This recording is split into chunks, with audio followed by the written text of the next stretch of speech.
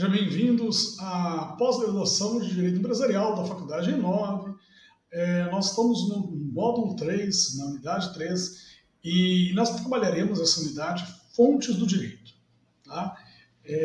Isso dá suporte a nós entendermos e compreendermos como aplicar o direito, ou seja, como que nós vamos, de certa maneira, trazer aí as normatizações, as regulações, como que nós vamos possibilitar soluções a situações, ou seja, a problemas existentes. Vamos lá? Então, dando início aqui, nós estamos então já projetando nos slides e nós vamos então começar inicialmente, inicialmente falando de fontes. Vamos lá. A primeira abordagem que nós fazemos de fontes, para entender fontes, nós precisamos entender que fontes normativas, a maioria dos autores, a maioria das aulas, que você lembra até muitas vezes da graduação, a maioria começa a fazer uma metáfora, fazer um comparativo de uma fonte de água, da ideia de onde brota, de certa maneira, uma nascente, ou seja, onde brota eventualmente aquele fio de água, ou seja, onde há a nascente ali, nascedouro ali da água. E quando nós fazemos esse comparativo, nós entendemos que fonte é sempre, ou seja, a origem do direito. Estamos relacionando fonte com origem do direito. Para Caio Mário da Silva Pereira, o civilista, é o meio técnico de realização do direito objetivo. Claro que quando nós falamos de fontes do direito, nós precisamos entender que nós temos várias concepções. Nós temos várias classificações de fontes. Então, nem sempre é só esse olhar para o direito objetivo, ou seja, materializado, construído. Mas ele menciona que é o meio técnico aí de realização do direito objetivo, ou seja, aquele aplicado, aquele positivado, aquele, ou seja, construído. Há dois sentidos existentes de utilização do direito, e nós podemos aí trazer nessa concepção duas vertentes, ou seja, dois aspectos. A primeira vertente é documentos que representam a origem histórica de um instituto jurídico.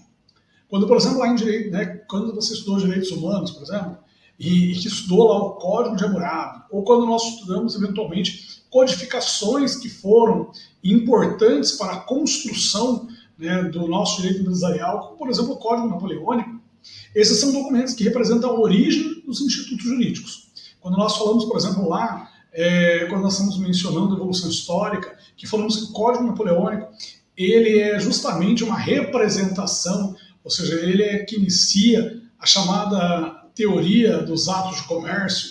Então nós temos aí um documento que dá origem à teoria, que dá origem àquele entendimento e, portanto, possibilita aí compreensão dos institutos.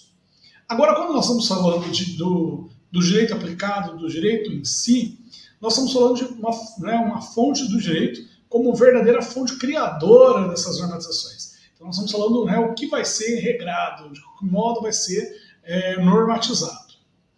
E aí, para isso, nós podemos também ter, vamos dizer assim, vários olhares. Olha o que o Valdo Fazio traz, no livro dele, Manual de Direito Comercial. Ele fala assim: as fontes são matrizes geradores da ordem jurídica, como as respostas instrumentais que a concretizam. Ou seja, nós vamos ter aí, elas vão produzirem, dentro da ordem jurídica, produzirem respostas, produzirem, vamos dizer assim, soluções. Elas é que vão normatizar, regrar, regular a nossa vida no âmbito do direito empresarial. A gente pode classificar de várias formas. Eu sempre costumo dizer que classificação, imagine a seguinte situação: quando você compara um livro, se você pegar, por exemplo, Marcelo Bertoldi e pegar, por exemplo, o Valdo Fazio, eles inserem classificações completamente diferentes. Se você pegar, por exemplo, Tarcísio Teixeira, se você pegar os clássicos, o Bezequião, o Fábio Ulloa, você vai perceber que a classificação doutrinária, ela sempre é um olhar jurídico, claro, mas é um olhar do doutrinador sobre aquele objeto a ser pesquisado. Mais importante que qualquer classificação é importante o objeto, que, né, como ele está sendo olhado, observado. Quando nós temos, né, fonte do direito como classificação, a primeira classificação, né, vamos dizer assim, inicial, que todos os autores acabam fazendo, independente da área do direito, e no direito empresarial também, é dividir em duas categorias. As fontes elas podem ser materiais e podem ser fontes formais. Tá? Então vamos lá. As fontes materiais são todos aqueles fatores que influenciam na criação normativa. São, vamos dizer assim, né, não é a norma em si, não é uma lei criada, não é, vamos dizer assim, a fonte material, ela dá substrato, ela dá substância, ela fundamenta, ela inspira. Então nós vamos falar assim, situações que possibilitam essa inspiração.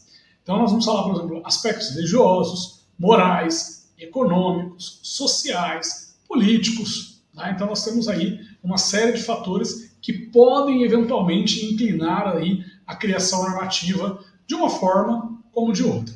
Então nós temos aí, vamos dizer assim, várias aplicações deste direito, ou seja, como que essa normatização vai ser criada, vai ser baseado então nesse aspecto, nessas fontes.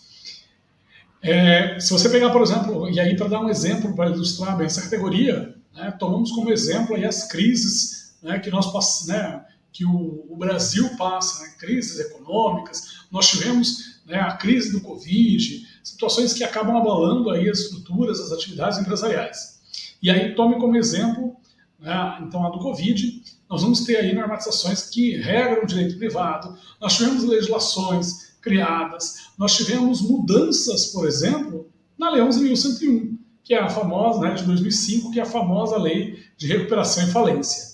Então nós produzimos muitas situações decorrentes de fatores substanciais, materiais. Ou seja, essas situações vão despertar uma intenção do legislador, vão fazer uma pressão para que o legislador realmente altere a legislação. E do outro lado, nós temos então as nossas fontes, né, formais. Opa, aqui, né? E aí as fontes formais em si o direito positivo. Né? São os meios ou formas que o direito positivo se apresenta. Ou seja, como ele será instrumentalizado, como ele será vislumbrado, visualizado pelo operador do direito, pelo jurista, de modo geral. Então nós temos, né, como exemplos o Código Civil, o Código Comercial, a própria Lei 11.101, que nós acabamos de mencionar, são normativas que passaram por um processo formal de criação. E aí que está, então, vamos dizer assim, um grande elemento. Dizer que uma fonte é formal é dizer que ela passou por um processo formal de criação. E aí o Código Civil, o Código Comercial, a Lei 11.101, todos eles passaram por esse processo formal. Outra classificação que nós temos também, e bastante válida e bastante, né, importante para o direito empresarial, é a classificação, a divisão quanto fonte primária, né, e fonte secundária. Também chamada fonte primária, né, fonte imediata, e fonte secundária também são chamadas de fonte mediatas. Tá? Então são fontes aí mediata ou imediata. Então vamos lá. Fonte primária ou imediata é a legislação em si. São as fontes que se apresentam no primeiro momento, ou seja, de maior, vamos dizer assim, de maior importância, de maior necessidade, ou que, né, então elas acabam se apresentando no primeiro momento. Em regra, né, eu diria, sempre nós vamos tentar buscar uma fonte primária, por isso imediata. A nossa tentativa na aplicação do direito é sempre, é claro, que num direito de escola positivista, de tradição positivista, é sempre tentar promover a chamada subsunção da norma. Encontrar uma normatização que seja amoldada ao caso concreto. Que ela, né, consiga aí contemplar aí as diretrizes, as especificações, né, de uma necessidade, de uma demanda aí do operador, do jurista. E nós vamos ter assim, claro que na ausência dessa situação, na ausência de nós encontrarmos uma legislação específica, com delimitações, né, pontuais para nossas necessidades, nós vamos nos socorrer a outras fontes do direito para promover a solução. E aí nós temos as chamadas fontes secundárias ou imediatas. Tá? Então nós temos aí outras possibilidades. Então lembrando que quando nós falamos de fonte primária ou imediata, nós estamos nos referindo à lei, que também é uma fonte formal de criação, já que passa por um processo legislativo na sua concepção, na sua formulação. E quando nós estivermos falando de fonte secundária, aí nós estamos abordando os costumes, analogia, princípios do direito. Nós sabemos que a Lei de Introdução ao Direito Brasileiro, a famosa LINDB, ela acaba trazendo isso, né, ou seja, essa forma, como verdadeira forma de integração normativa. O que significa isso? Integração normativa é quando eu não tenho condições de promover uma subsunção da norma, aplicar a normatização a um caso concreto, porque não existe simplesmente essa normatização, e eu me socorro, então, de outras fontes, ou seja, outros instrumentos capazes de dar uma solução ao caso concreto. Leia-se, então, neste caso, os usos e costumes, analogia, princípios gerais de direito, e a gente poderia falar vários outros, por exemplo, jurisprudência, doutrina, tudo isso acaba muitas vezes compondo o nosso arsenal aí de possibilidades para solucionar uma demanda, solucionar um caso concreto. Então vamos começar a fazer uma análise então em relação às fontes existentes.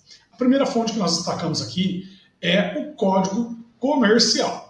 O Código Comercial, nós sabemos que ele foi criado em 1850, é a Lei 556 de 1850. Ele foi criado, vamos dizer assim, para regrar não só, vamos dizer assim, as relações de mercancia, os atos de comércio, mas também foi criado para regrar os transportes marítimos que eram realizados. Sabemos que era a base da economia na época, ou seja, quando nós tivemos a transferência da colônia, tivemos a transferência, aliás, do Reino de Portugal para o Brasil, era ainda então a colônia, acabou, de certa maneira, intensificando as rotas comerciais também para o país. E mais do que isso, então, quando o Brasil se tornou um país, de fato, um Estado soberano, reconhecidamente um Estado soberano, essas rotas traçadas, essas rotas estabelecidas comerciais continuaram a existir. E nós precisávamos, então, uma normatização. O Código Comercial, então, vem para isso também, normatizar essas questões. E alguns poderiam falar assim, mas ele já foi revogado em grande parte. De fato, nós tivemos aí uma alteração, uma revogação de boa parte, mas ainda permanece a segunda parte que fala justamente do direito marítimo.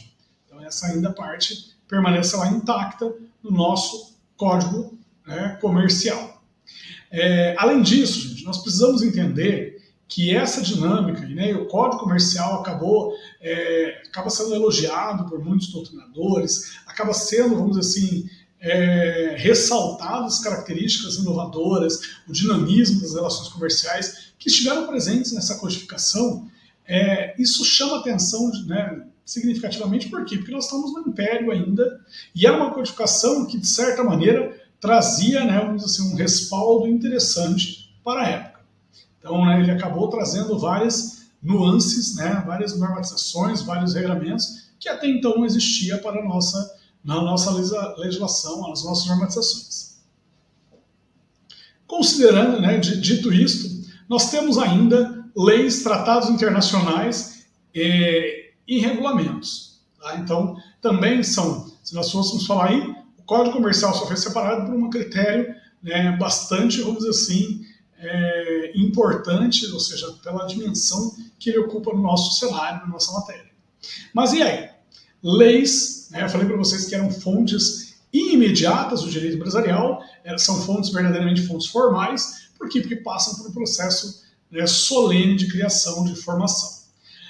Para dar exemplos de legislações, ou seja, entender que como as legislações são aplicadas para o direito empresarial, nós temos, por exemplo, a Lei 11.101 de 2005, que regra o processo de recuperação e falência.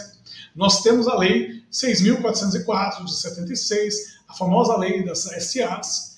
Nós temos a Lei 9.279 de 96, que é a Lei da Propriedade Industrial, né, regra, né, a concorrência desleal, também a concorrência ali, né, o direito concorrencial, digamos assim, mas também regra as questões de inovação, invenção, modelo de utilidade, né, desenho industrial, tudo isso acaba sendo regrado pela Lei de Propriedade Industrial. Então, né, as legislações, né, elas são necessárias. Há quem diga que a existência de leis esparsas, legislações extravagantes, legislações que são, né, estão fora da codificação principal, tem alguns que acabam dizendo que enfraquecem essa autonomia toda, né, do direito, ou seja, há uma redução. Mas, na verdade, não há na verdade, isso não acontece. Por que não acontece? Porque nós vamos ter algumas especificações, e como o direito é dinâmico, ele não tem como fazer uma atualização de toda a codificação ou uma necessidade de inserção de normas, e nós acabamos, então, tendo esse processo celerizado, esse processo, vamos dizer assim, agilizado na sua construção. Falamos, então, também, né, do Código de Defesa do Consumidor, também uma codificação importante para o direito empresarial, e nós acabamos, então, citando ali, né, a Lei 8.078 de 90, apenas para dar ilustrações que a legislação também é uma fonte formal e nós aplicamos ela em situações das mais diferentes, né, demandas, ou seja, celeumas, ou seja, conflitos existentes. O segundo que nós vamos falar são os tratados internacionais. Os tratados também são fontes do direito. Nós podemos citar dois em especial. A Lei Uniforme de Genebra, que de legislação não tem nada, mas é um verdadeiro tratado internacional que regra a letra de câmbio e a nota promissória. Tratado esse que foi ratificado pelo Brasil e é plenamente aplicado na nossa legislação. A Convenção de Varsóvia, né, que regulamenta o transporte aeronáutico, também é uma normatização que nós acabamos aplicando no direito brasileiro. E ainda nós temos aí os regulamentos, ou seja, o que é regulamentos? É toda vez que nós temos aí normatizações sendo criadas, sobretudo, né, interna corporis. Essa expressão interna corporis quer dizer o quê? Quer dizer que são normas criadas no âmbito interno das organizações. Então eu posso ter, né, eventualmente, e aí depende se, né, organização estatal ou organização, né, privada, porque eu posso ter regulamentos dentro do âmbito da atividade particular, ou seja, da empresa em si. Então nós vamos ter eventualmente estatutos, regimentos, e isso são formas de regulamentar a relação existente. Mas também nós podemos ter decretos, resoluções, portarias que normatizam eventualmente atividades mais, né, vamos dizer assim, simples, ou seja, do dia a dia, mais cotidianas. Então essas são situações, né, existentes. Então, nós vamos, né, vamos assim, interromper a nossa aula neste momento para postergar aí a continuação na segunda aula. Mas lembre-se que, quando nós falamos de fontes normativas, eu preciso entender que essa fonte normativa é de onde provém as normatizações, ou seja, as regulamentações para, obrigatoriamente, resolver os nossos problemas do âmbito do direito empresarial. Elas podem ser formais, ditas, né, criadas por um processo formal legislativo, ou elas podem ser fontes materiais, aquelas que inspiram a criação normativa, que obrigatoriamente não é lei, mas elas impactam na criação. Então são fatores, né, dos mais diversos que impulsionam a criação de uma norma. Então, com isso nós, né, finalizamos o nosso primeiro tópico de fontes do direito. E na aula seguinte nós continuaremos então esse estudo e até lá.